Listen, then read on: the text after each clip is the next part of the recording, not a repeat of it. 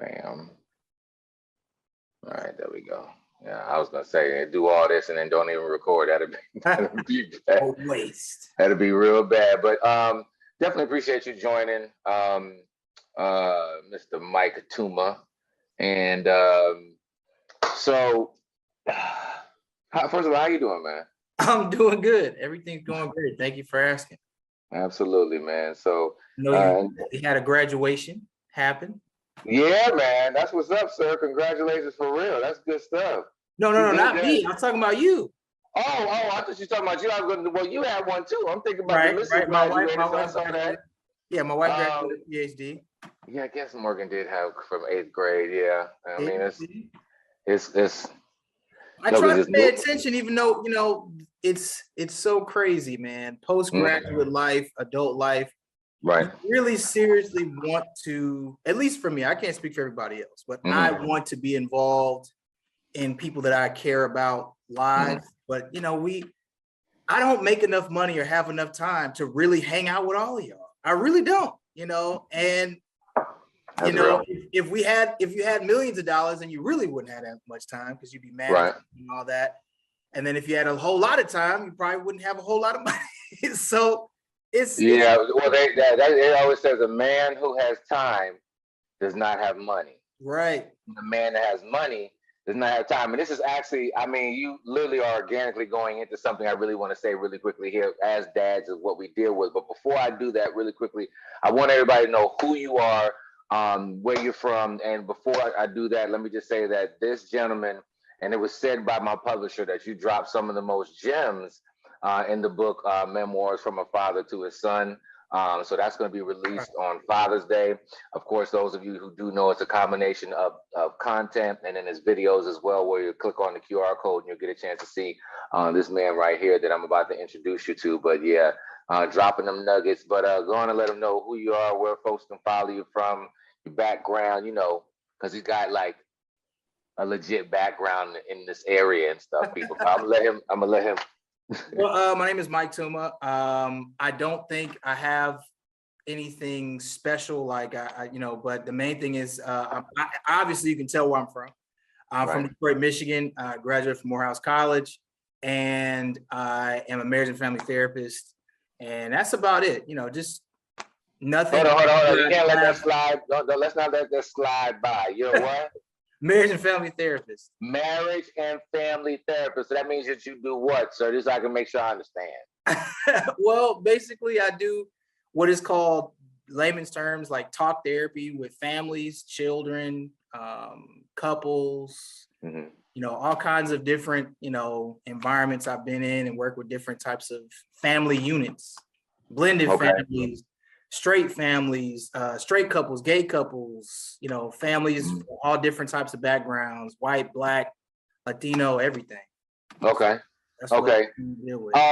We appreciate everybody that's joined us live. We want to make sure that we kind of give just 1 or 2 nuggets, and we're going to be out real quick. And then Tuma actually just ran right into something. And I want to, since you are, a marriage and family therapist, and so when you have those conversations, we want to kind of just give some encouragement for dads and whatnot, and just for families as a whole, but particularly want to go down the street of what happens when you do have a dad that might be like we were talking about, the time they don't have no time because they're getting this money, right, or they're working towards or trying, and then there might be a neglect to the family, to the kids, or whatever case to be. Talk to me about, how do you walk men through those moments to bring them through that? So if I were, you can't do the 1 hour therapy version. You got to do no. I'm gonna make this as brief as I can. If I were the dad, and it actually brings me to something I was thinking about, because I actually forgot about this meeting today, and then I remembered, and then I got ready, and then the reason I said that is because I think, and I'm gonna look, because I had to write something down. Sometimes you get thoughts. So at like 3:20, or it was a little bit earlier, 3:28, but at like 3:28, I wrote something down about what came to me, and I was like, oh, that's something I could talk about, because I wasn't sure what I would say. But the thing I said is, for the parent or the dad that doesn't have a lot of time making money, building a legacy, I think your best thing to do is to use all of your energy to intentionally understand your own personality and understand your child's personality. Because a lot of times, well, I'll say I grew up in that era, and I know everyone a little bit more seasoned than I am, and my age and back, we grew up from the era that, you know, a lot of your parents tried to beat or punish their personality, their personality out of you. So if they were rambunctious, if they were, you know, getting in trouble, if they asked a lot of questions, they just told you to be quiet. So they beat that out of you, but they were doing That's so funny and true. Right. Sad, but true. So I'll say that take your time understanding who you are. So when you see yourself in your child, you understand what they need. Right. And then even if you have little time with that person, just like if you have multiple businesses, you may not be able to spend all of your time in a day on that one business. So you do the best you can to invest the most impactful amount of time with that person or that business, or that child. It's the same thing. So I say this, and this is what I wrote down, is why I mentioned I forgot about it, not to just sound like I'm unprepared, but which kind of thinks about. Well, no, yeah, look, that makes it even better, man, because this is off the cuff, like real life experience. So no, that's actually even more organic. So this is uncurated information. Right. So one part about that is that I wrote down, your job as a parent is to coach your child's shortcomings or weaknesses without having the same traumatic experiences. Can you hear me? Yeah. Okay. Go ahead. Oh, I'm sorry. I didn't know if you could. So I said that what I said is your job as a parent is to coach your child's shortcomings or mistakes without having them go through the same traumatic experiences you had to turn them into strengths yourself. So a lot of us grew up and we had traumatic experiences, and we used that. Either some people, they destroyed us, and other people, we learned from that. And then we became, you know, like at first we were very so as a kid, maybe you got embarrassed about reading. So in front of people, then you became, all right, I'm going to learn to read better. I'm going to learn to speak in front of people, so I'm not nervous when I have to do that. So instead of allowing your children to go through some of those things, which is kind of old world thinking, you coach them and train them. When you see some of those types of things in your child coming up, in those personality traits that you have, those character traits, those questions, you see it before they do, because you should know who you are. Then you can then coach and bring them up in a way to build them up without them having to have traumatic experiences for them to grow from that first. So a lot of us grew from traumatic experiences into who we are, trauma informed, a growth. So, and I guess it goes back to the first comment you made. So basically, we got to beat into us or beat out of us. That's how it is. That's how it works. So instead of understanding your child's personality first, understanding yourself, understanding your personality, your character traits, your values, understanding your child's character traits, understanding your child's personality, then that makes it to where you can then help empower and build your child up so that they don't have to go through the same trauma to experience the growth you experienced. So what you're saying is, this is what I'm grabbing from you, dads, right? Okay, so it behooves us to be as emotionally connected, probably spiritually connected, just purpose-wise connected to ourselves first. Yes. Because that allows, this is rich right here. Because then that allows us to actually become better fathers, because we're like, all right, I know what's in there. You know what I'm saying? Like, you know what's in here, so you directly put that in there, and then can you raise a you, knowing that you was on some bull at some point. We all were, right? So it's like identify. I like that. So understanding yourself first, dads, allows you to become even a better father, because it allows you to raise your kid with an understanding, without, because all that with all that swinging, like it might have a moment. I don't believe in completely zero there, because sometimes you gotta. Sure, absolutely. Joke a little joke. I'm not anti. Well, that's not the go-to. Yeah, it's not the go-to. Right. Most of the time, our parents, that was the first thing out of frustration. That was the first thing out of confusion. Sometimes we were whooped out of confusion, not really because your parents were angry at you. They were confused about what's going on. So it's almost a little bit of, and it's like, and that was like, oh, well, whooping will fix it. You know, whooping or a nap. They don't know how to deal with this. So because it's, you did something you weren't supposed to do, but it's not rooted in malice. But because of their confusion of what's going on and their fear of what's going on, interesting. All I know is I'm gonna just go ahead and whoop them or scold them, and that's it. But in this situation, if you learn to empower, to embolden, to enrich your child's understanding of themselves because you understand yourself, then they don't have to go through the trauma of trying to figure it out on their own or from other people. And it's so funny. I'm sitting here. How many times my mom used to say, especially when I hit about that rebellious years, 14, 15, 16, and she used to watch us go at it, and she used to laugh, and she used to say, well, and sometimes she said it in front of him and in front of me too. And I understand it now, but she was just like, the only reason why y'all getting into it is because you're just like him. And my dad would make this smirkish smile, like, yeah, I know. But at the moment, he's pissed. So he's like, no, I can't. Can't let up. Nah, and then he's like, nah. And so it's more of a denial. So meanwhile, now knowing, just like with my son, oh my God, it's like, look at me all up and through there, right? But in that moment, you're like, nah, I wasn't that bad. Yeah, you were. And what happens in that moment when you affirm that what your child is doing, that's something that they did, even if they're doing their own version of that, you affirm yourself, you affirm them that they're not crazy for right. That's what I was saying. And then you bring them closer to you than you would think that you would. And then you share a vulnerable moment, because I really think fatherhood is like vulnerability, because if you don't understand how to show your male or female child what love looks like from your side, then they won't understand how to share that love, what that love looks like to fulfill them.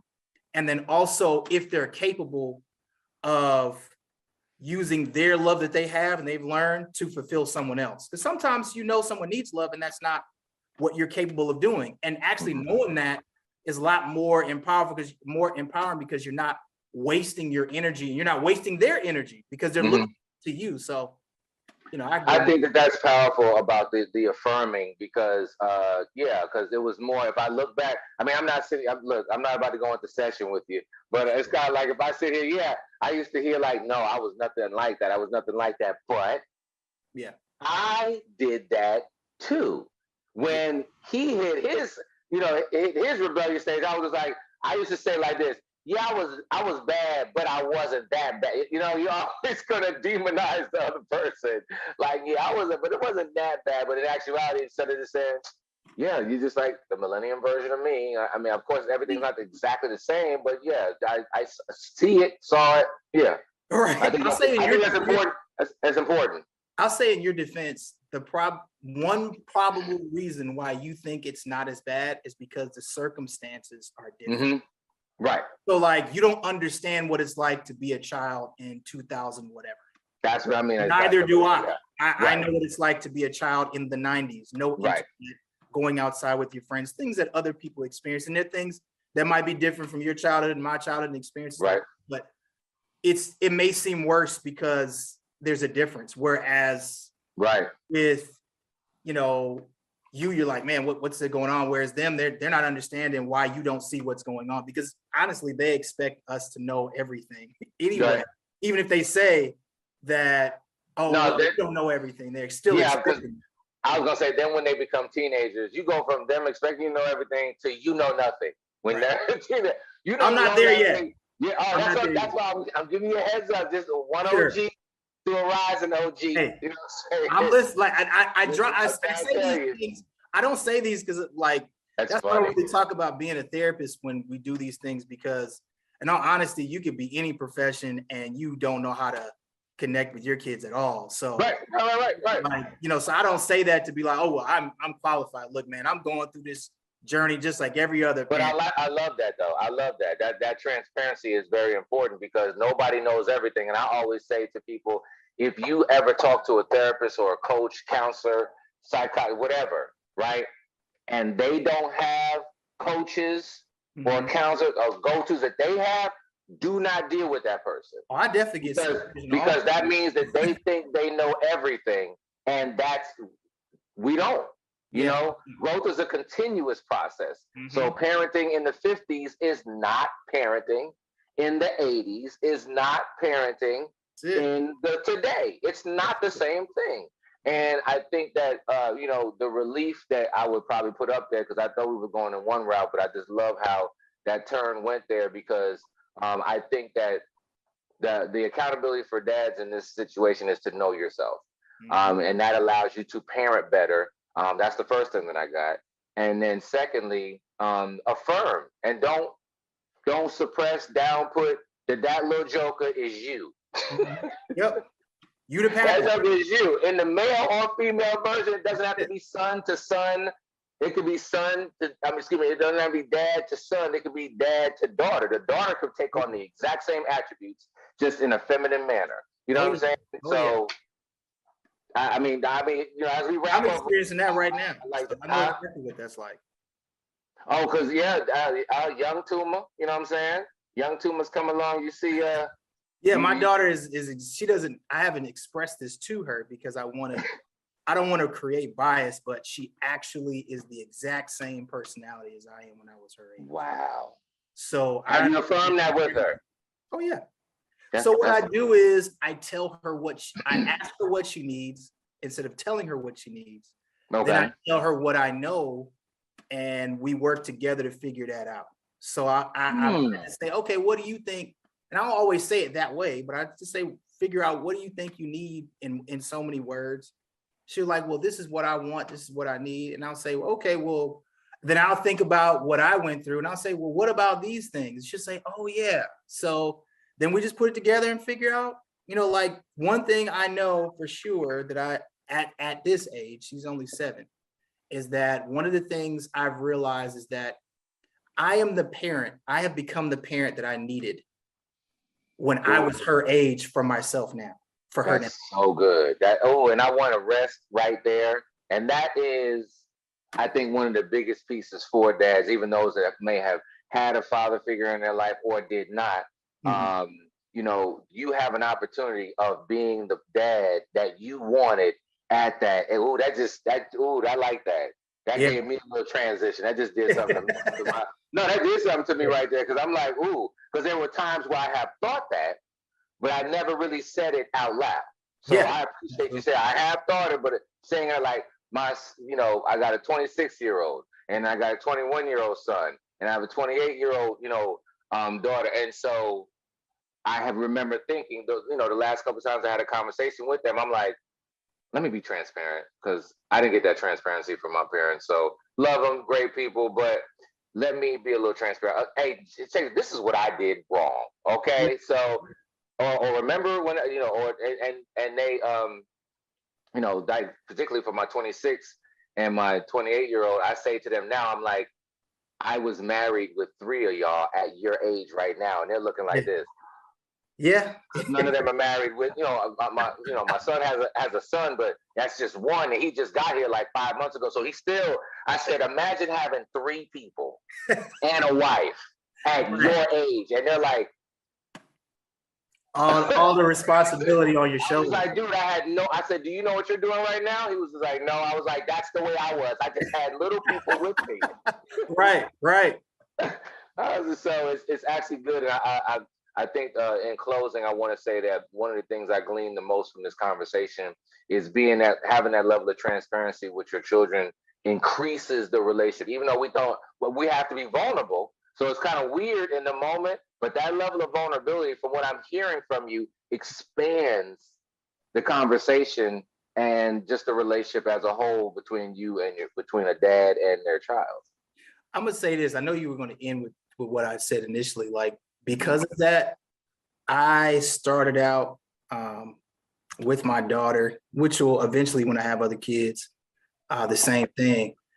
If I do something wrong, I do what no other parent in this era besides us does, which is apologize. And I tell I tell my daughter, I'm sorry. So here's what it is, right? All kids hold resentment for their parents not apologizing when they messed up.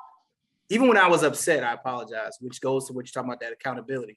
So what happens is, when you say you're sorry about things, not like I'm sorry and I'm beneath you, but I'm sorry and I recognize my error, then it creates a connection that they know that you will be there to be supportive, even in your own mistakes.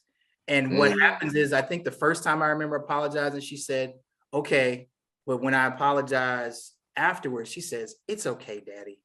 And she says it in a way that she knows I'm human. And she's now saying, we're still gonna be this close because I know you're not gonna, I don't have to resent you. She's not saying that's so good. No. You can tell the difference over time. She's like, it's okay. Like, I know you make mistakes, and I make mistakes, and we're working on this together. So. And so man, we can go an hour on that one right there. I like that. That apology, because let's just keep it real. Baby boomers, them jokers ain't apologized. Nobody. They could be dead wrong, and they'd be like, shouldn't have been there anyway. Yeah. Yep. And just walk off. Shouldn't have been there. Well, you shouldn't. Absolutely. I mean, you're absolutely correct. What do you expect me to do? Right. This is the best I had. This is the best I had.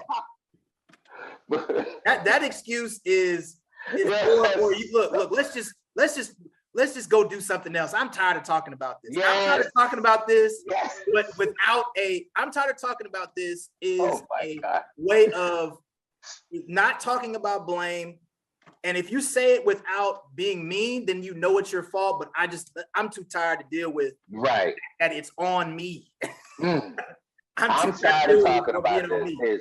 I'm tired of talking about this is 1940s is the baby boomer apology. That's best you're gonna get. That's the best. I'm tired of talking about this. You want something? Or you want to eat. You want to eat. You want something to eat. You want to eat. You want something to eat. That's it. Oh, this is the best. This is the best I could do. What do you expect from me? What do you expect? This is the best I could do. I work every day. Every time you come home, you got a roof over your head. The lights come on. Oh man. So it's funny you said that, because I just made a status the other day, and I said I'm actually gonna look it up because I know where it is, and I made a status about that just recently. Not even, so this is what I said. I said unpopular opinion: providing your child with basic necessities is not a reward for good behavior. They did not ask to be here. Okay. Reward your children and stop being stubborn. Just because, I work on a reward system. I'm not against whoopings or anything like that. In that area, I see that it works for me or whatever, but understanding that, you still have to reward them because you get paid money to do it, the freedom to do what you want to do. So if chores are your payment, right, for being in the house, what do they get for doing things in school? What do they get for doing, following your directions? And there's so many words around that, because sometimes people say don't pay your kids for cleaning their room. Sometimes they say do. Sometimes they say because they're like, this is what they're supposed to do, so you shouldn't pay them for cleaning something that of where they live. Then you have some people that say, you pay your kids for grades or something. Other people say don't. This is what they're supposed to do. You're supposed to get the best grades possible. I've heard all the above. I've done both. I paid and then I pulled back, and the same thing actually happened to me growing up as well. So I guess I don't have a problem with it. I don't know what the clinical answer would be there. I was just saying reward is a general term, man. We don't pay my daughter to do good in school and get her little good days. It's just recognizing that it's goes back to the affirming, the accountability. I see you doing what you are supposed to do at your job. When you do what you're supposed to do, you get paid. With your money, you have the freedom to either pay bills or not pay bills with your money, as a lot of people do. Sometimes spend it on whatever you want to do. Give your child the understanding of how the cost benefit relationship works in the world. It's going to work regardless if you don't pay them for that. Anyway, I just want to minimize resentment, for the things that you should be doing. If you want to teach them how to be responsible, don't teach them that in your house, all the work you do has no reward at all. And the only reward is basic necessities. It's not like they called you from whatever spiritual stratosphere, heaven, wherever, and said, hey, Right. can you birth me today? And you're like, I don't know, that's gonna be a lot of work. I don't want to put up with that. Yeah, nobody told us all that. If you come down there, I promise to sweep and wash the dishes. Okay, well, come on down and we'll get you in a couple months. You brought them here. So providing those basic necessities, roof, food, it's so clothes on their back, that's actually your responsibility. You should be rewarded for bringing them here. You're trying to get them on a journey to be able to be responsible in this world. So I just don't think I just think you should reward your kids. They do what they're supposed to do in the house. Yeah, I'm gonna go with that. Whatever that looks like, reward them. If that's let's go somewhere. Sometimes, honestly, your kids just want to spend time with you. So I will reward you by carving out time. So and that is that, because anytime that my dad used to get back there and play basketball with us, that was like the best. Those were like the best moments. And you'd be like, yes, he's gonna play, and you never know why.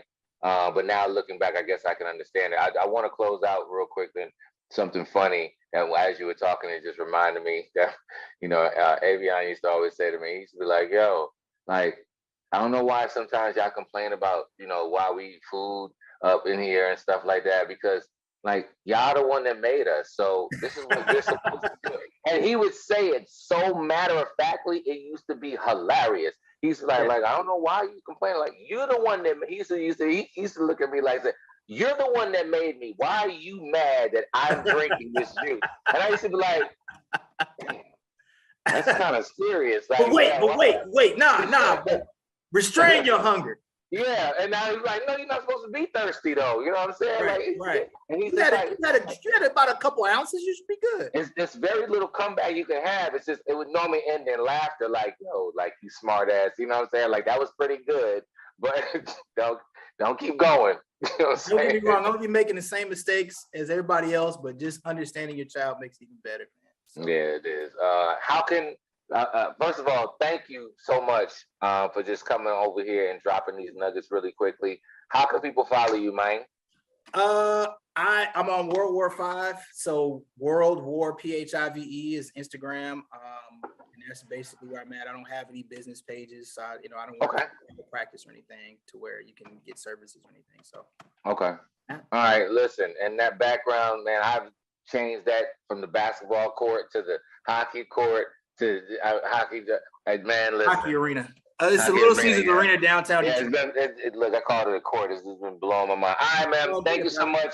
And thank you to everybody who continues to join us. We're going to continue to have some of the men from the Memoirs from a Father to His Son book releasing on Father's Day. We're going to have some more men coming on board and just giving a little dedication of just different experiences that the fathers out here have straight up out of the roots of Detroit, but currently in North Kakalaki, right?